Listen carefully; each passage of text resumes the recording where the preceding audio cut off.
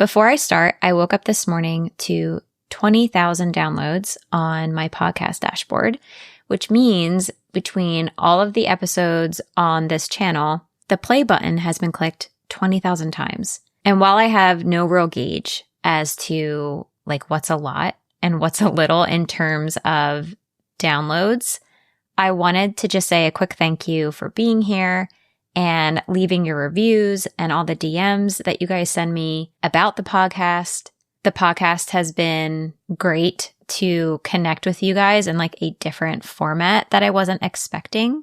I started this podcast kind of on a whim because I kept saying that I should or I would, and just like did it with no expectations. And it's been much, much more positive and fun and just like all good things. I know it's because of you guys, and just listening to the podcast is supporting the podcast so I can keep making more episodes like this. I am T-minus 5 days until our next trip to Disney World and in the middle of a holiday weekend. So things have been very busy over here for me. Maybe not like for other families, but we try to be as least busy as possible. So for us, it's been very busy.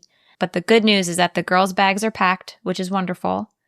I have kind of like a drawer, I would say, full of clothes waiting to be packed. But I also started our online check-in at the Riviera. I finally have a real grasp on the setup of the resort itself after chatting with my friend Melissa, who booked the room for me. I did a ton of research on top of that, and I didn't realize that that was kind of bugging me in the back of my mind. And now I feel so much better and so much more prepared. I also have dining alerts set up, and you would die because I'm using like 3 different services. For one, I always love trying out new services to test for my members and for you guys. But the things that I need alerts for, like some services will book them for you, some don't, some alert you. It's all over the place. So I will report back on all of the different dining alert systems that I'm trying out. But this episode in particular is going to be a monthly report episode, which is a curation of the latest things I've been reading, eating, playing, obsessing, recommending, and treating. Hello, and welcome to the Laid Back Magic Way podcast. I'm your host, Dana Stanley, creator of Laid Back Magic.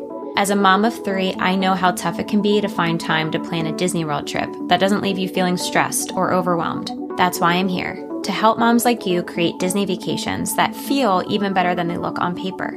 Here, we're not chasing perfection, but creating our next favorite memories. So whether you're brand new to Disney or looking to go deeper into the details, this podcast is your go-to for simple tips, mindset shifts, real-life trip recaps, and expert insights to make your trip magical and manageable. New episodes drop every Monday, so be sure to subscribe so you never miss a moment. Okay, let's dive in. Reading is a little bit random and kind of like a blast from the past because I'm pretty sure this is in all the like mandatory standard reading in high school. One Flew Over the Cuckoo's Nest. I actually realized when I got married that there was a ton of like classic books that were not mandatory reading in my high school. So I went through a spell where that's all I did was like read all the things that I felt like everyone else had read. And this was one of them. And the reason it's completely random and that I'm rereading it is because I finally joined a book club kind of by accident. So my daughters are starting in a new school this September, and I'm trying to do like my due diligence of meeting the other moms and getting more involved with this school because it is not at all connected to the school that they were going to. And while I was hanging out at one of these meetups with the local moms, apparently they all have a book club. And I'm usually a very big reader, but lately just with the kids, and I've been so tired at night to even read. And then in the mornings, if I am up before the kids, I'm usually working, that I'm really behind on how I used to read. So I'm hoping this is going to hold me a little bit more accountable beyond reading like business books and like personal growth style books. What was even more random is I knew I had a copy of the book somewhere. And I was like, okay, yeah, I'll find it somewhere, which is great because I don't have to go out and get it. And it literally appeared the other day on our bookshelf. Like it just was out. And I was like, oh, there it is. So I guess that's what I'm reading. And I also don't know what is involved in a book club besides like all reading the same book. And I know you discuss it, but I am very intrigued by the whole book club culture, I guess you could call it. So I'll report back on said book club and how we're choosing our next books. If you have any advice on book clubs, if you have a virtual book club that you think I would like, let me know. When I'm recording this episode, I'm coming off a weekend full of hamburgers, hot dogs, corn, anything on the grill, baked beans, watermelon, you get the idea. So I don't really have a lot to say on the eating category in terms of anything very exciting lately. Not some kick I've been on or a recipe that I love. I am for sure not on a cleanse, but I've been asking myself, okay, what have you been eating and drinking consistently this month? And I've been really trying to limit my caffeine. To explain why I have been drinking so many iced matcha lattes, I have to go back and explain of why I'm trying to limit my caffeine. And that's just because my anxiety lately has been really through the roof. And I know like anxiety 101 with hormones and cortisol and anything is step 1, limit caffeine. And if you do have caffeine, make sure it's after breakfast and not on an empty stomach. And this is very hard for me because the first thing I do, which I know a lot of people do and love and look forward to, is that first cup of coffee in the morning.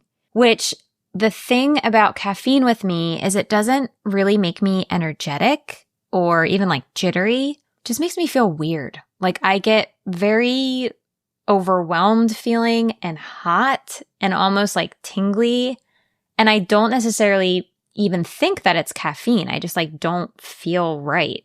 So I'm having this morning cup of coffee on an empty stomach. And then it's summer. So after lunch, I'm reaching for a Diet Coke, which is like, again, if I'm trying to feel good, why am I doing this? I only get like the little mini cans, but still. And then on other days, if I'm like out and about with the kids, I'll grab an iced latte from either Starbucks or I really like one from the local coffee shop by us because they have a coconut mocha one right now. It is so, so good. It hits the spot. And it's hard. And it's hard to limit caffeine for me because honestly, I think decaf tastes gross. It just does.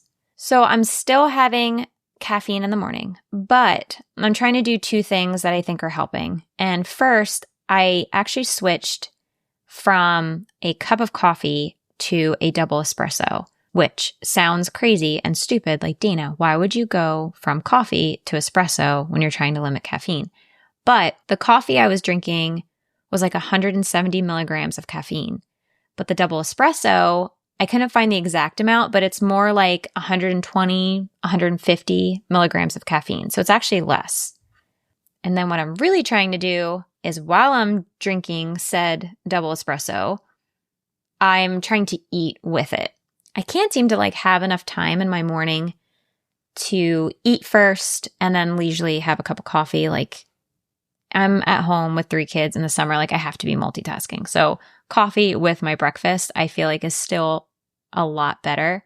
And since that afternoon coffee was putting me over the edge for sure, I'm either just trying to suck it up and not have anything and go cold turkey. But if I really want something, I've been grabbing just an iced matcha latte, which again, just less caffeine. Like all of these things have been helping me feel less weird. I don't think that all of my anxiety is coming from just caffeine, but it is definitely helping and trending me in the right direction. So the eating category, we can think about drinking, and that's drinking less caffeine and more matcha lattes. We have been playing a Disney World playlist pretty much nonstop on our Pandora music, which we usually go through. We have like the Sonos speakers all around the house, including outside. So while we're in the pool, I'll put on that Disney World playlist. And I feel like it makes your trip almost feel longer because you're thinking about the trip coming up and you're talking about the different songs that are coming on with the kids. I don't do like Disney music. I specifically put on like a Walt Disney World resort station. And these streaming services, like once you get a station going, it can kind of like have a mind of its own, and we'll get some really great songs. So highly recommend, even if you have like Spotify, whatever you listen to search for a Walt Disney World resort station. And you'll hear things like the Pirates of the Caribbean music, like from the ride. My girls love the song from the Figment ride, or just the kind of music you'd hear on Main Street, like that big band music. The other day we were in the pool and Happily Ever After came on and the girls were like freaking out. So even if you haven't been to Disney before, I feel like that is like a really fun way to prep for the trip and make it feel a little bit longer listening to Disney World music. I wouldn't be a mom who leaves for Disney World in 5 days if I wasn't obsessing over our Disney plans. And I have mostly everything crossed off my list. I told you a little bit that our lightning lanes are booked. I put a payment towards the final balance yesterday. Our dining reservations are mostly booked, minus those little alerts that I have set up. But a few days after I had booked all of our lightning lanes, we measured our daughter, Sailor, which, by the way, remember to measure your kids before the trip so you know what they can ride ahead of time or can't ride, because there can be some rides that you just assume they're going to be tall enough and then they're too little and then they're disappointed. So always, always, always measure your kids. And we realized that she is tall enough for Star Wars Rise of the Resistance. And really, I'll be honest, we've been kind of neglecting that ride in Hollywood Studios on our last few trips, just because the two little ones aren't tall enough or weren't tall enough. And it's a long ride. So if we would switch off, like if Colton and I both rode, and each time with like the pre-show and the actual ride, it's 20 minutes, 25 minutes, which means if we both go, it's like 40 to 50 minutes. And while that's certainly not a long time, it can feel like forever when you're kind of just like killing time with a toddler. If crew is napping, it's wonderful. But in the past, I had crew and Sailor just kind of killing time, waiting for them to get off the ride. So in the last couple of trips, we just asked Story, like, hey, do you even care about getting on this again? She was really into it for a little bit, and then she was like, nah, I don't care. But now that Sailor's tall enough, they're like both very excited to get on together. Obviously, Colton and I really want to see Sailor get on things for the first time, which we're trying to balance, like who's going to ride what with her for the first time. This is one of the hardest things about not having grandparents or a babysitter and having to switch off is we both can't see her ride something for the first time. It stinks, but oh well.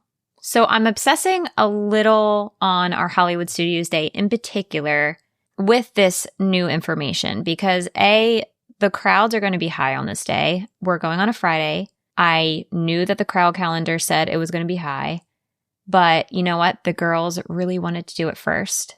Classic, do as I say, not as I do, but a reminder that you can have a good park day when it has higher crowds, but you're going to run into little issues like what I'm having.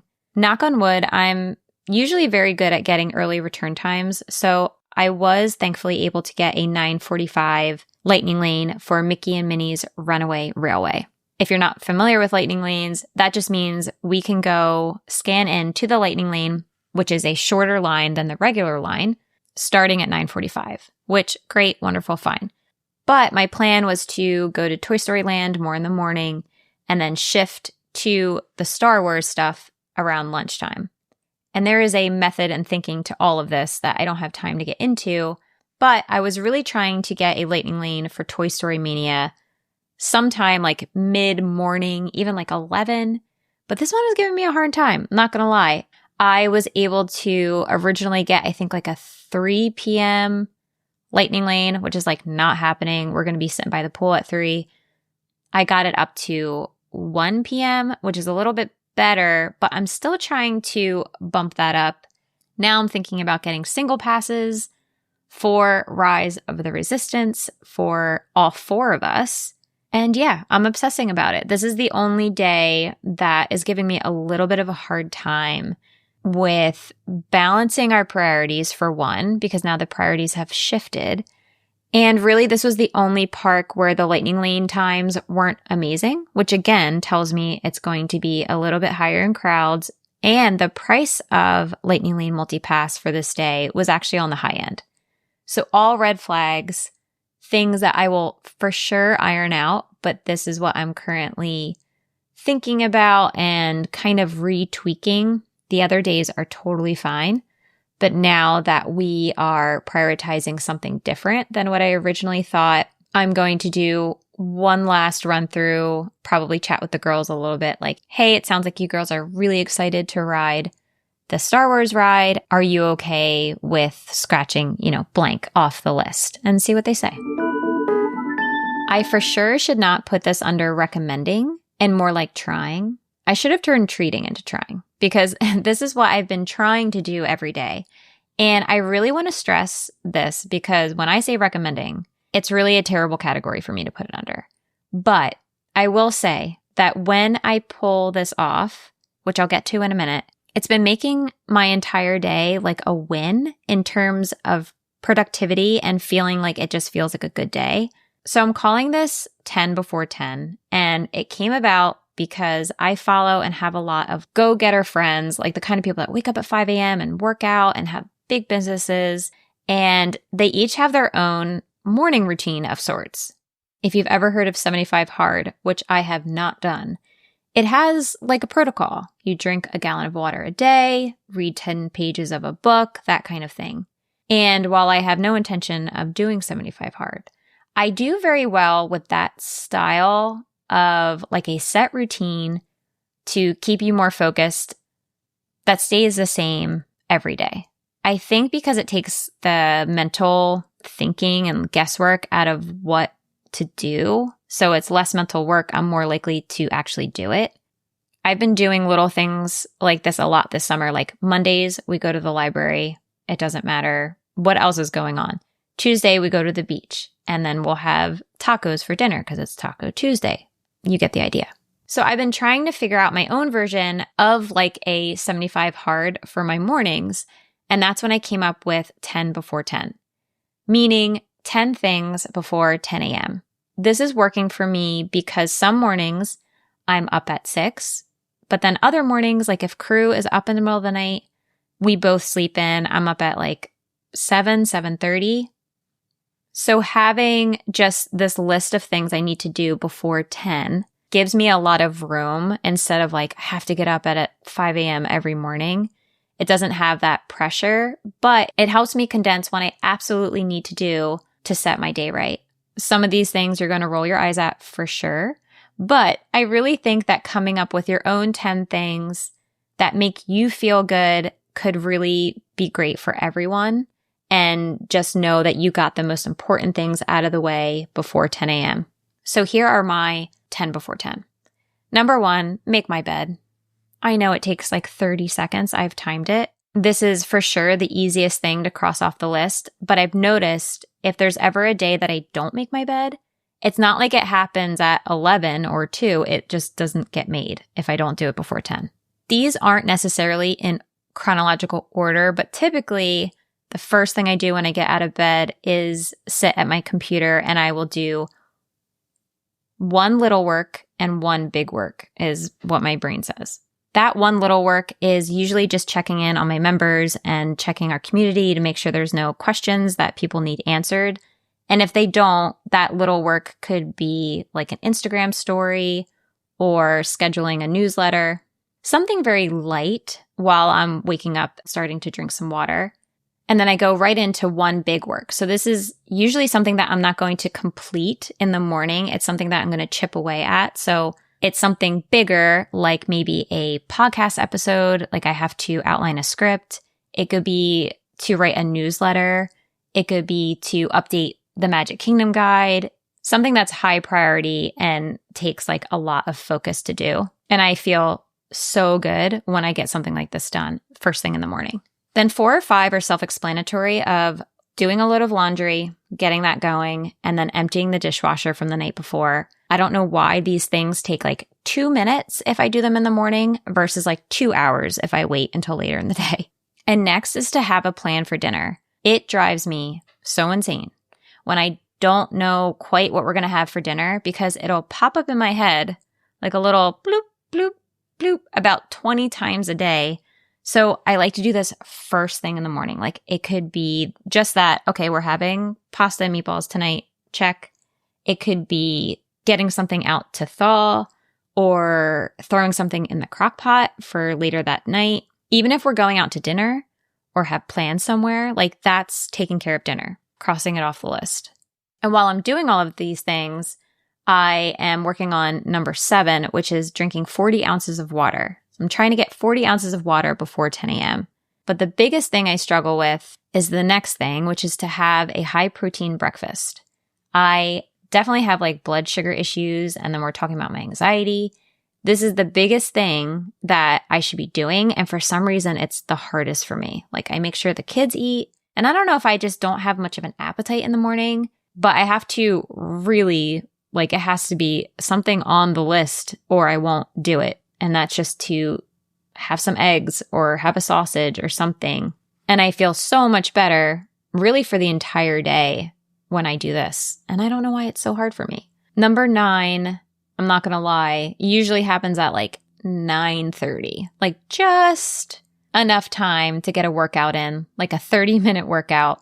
It's the last thing I'm able to muster in the morning. I work out from home, so it's hard to get up before the kids do because then I end up waking them up, which kind of defeats the point of getting up early. So I usually get all those things done and the kids are just, climbing all over me and I have to stop every 2 seconds, but I try to squeeze in that 30-minute workout if I can. And after my workout, hopefully I have time to do the 10th thing, and that's just get dressed for the day. Doesn't mean get dressed up, but it definitely means putting on an outfit I feel good in that I hadn't slept in. I feel prepared in it. And I'm like a makeup everyday type person. Like I wear a little bit of everything, but it takes me about 5 minutes. So brush my hair, get dressed, a little bit of makeup, and I'm done. If I get all of those things done before 10 a.m., I'm golden. Like I rocked that day. I feel good. Now that being said, truly doing a 10 before 10 probably only happens maybe like 3 or 4 days a week, probably more like 3. But if I don't get all 10 done, I usually get like 8 or 9 done. So it still is like a good morning and I feel a lot calmer and more productive knowing that I got the hardest things behind me and now I can relax a little bit and spend more time with the kids.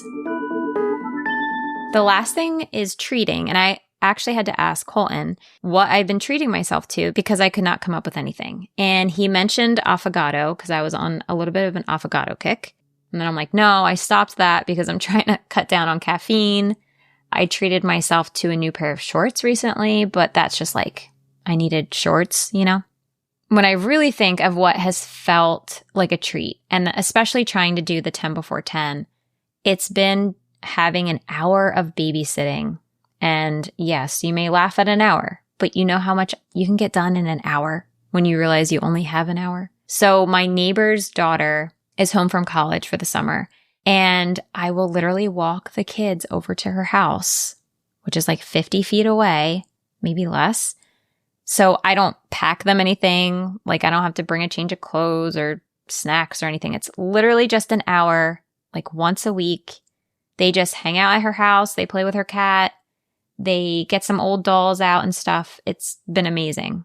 It's so convenient. And I know not everyone is going to have a neighbor with a college kid that you've known since she was a baby that can watch your kids for an hour a week. But it really, literally has felt like a treat because one of my issues with the podcast, or I should say problems, not an issue, is that I can't really have a babysitter come to watch the kids. Like when I need to record an episode, I need everyone to leave the house. Like I need to be alone in the house for the house to be very quiet.